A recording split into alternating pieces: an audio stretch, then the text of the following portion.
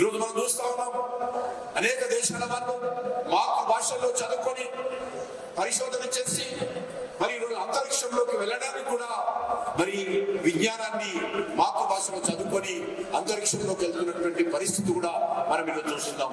కానీ మనము మన ప్రాథమిక విద్యకు కూడా మాతృభాషను ఉపయోగించుకోలేకపోవడం చాలా దురదృష్టకరమని ఈ సందర్భంగా మనం చేస్తున్నాము.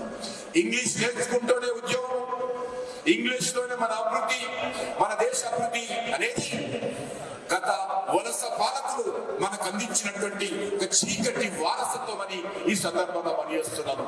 దీన్ని పట్టుబట్టి మనం వదిలించుకోవాలి. ఒక జాతి చరిత్ర, ఒక జాతి సాంస్కృతిక వికాస పరిరక్షణలో ఆ జాతీయులు మాట్లాడేటువంటి భాషలకి కీలక పాత్ర ఉంటుంది. అందుకే ఈరోజు మన దేశ ప్రధానమంత్రి అయినటువంటి నరేంద్ర మోడీ గారి నేతృత్వంలో తీసుకొచ్చినటువంటి నూతన జాతీయ విద్యా విధానంలో ఈరోజు మాతృభాషలకు పెద్దపీట వేయడం జరిగింది.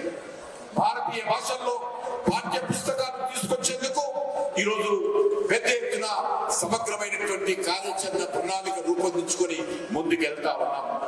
మానవ మీద మాతృభాషలోనే వికసించడానికి అలవాటు పడి ఉంటుంది.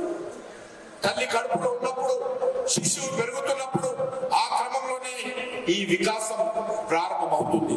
పరిభాషలో ఎంత అధ్యయనం చేసినా, ఎంత నైపుణ్యం అలవడినా మరి మాతృ భాష, తల్లి కడుపులో ఉన్నటువంటి ఏదైతే భాష ఉంటుందో ఆ భాషకు ఉన్నంత మేధస్సు మరి భాషకు ఉండదనే విషయాన్ని అనేక రకాల పరిశోధనలు వెల్లడించిన విషయాన్ని మనం చేస్తా ఉన్నాం. మనం ఇంగ్లీష్కో మరో భాషకో వ్యతిరేకం కాదు, వాటిని నేర్చుకోవడంలో తప్పేమీ లేదు. కానీ మాతృభాష అయినటువంటి తెలుగు భాషను విస్మరించడం ఈరోజు మరి తగదు అనే విషయాన్ని మనం అర్థం చేసుకోవాలి. అమ్మ పాలతో నర నరాలో నిండినదే అమ్మ భాష. అలాంటి భాషను ముందు తరాలకు వారసత్వంగా అందజేయాల్సినటువంటి బాధ్యత ఈ తరము, నవతరము మన పైన ఉన్నది. తెలుగు భాషను కాపాడుకోవాలి.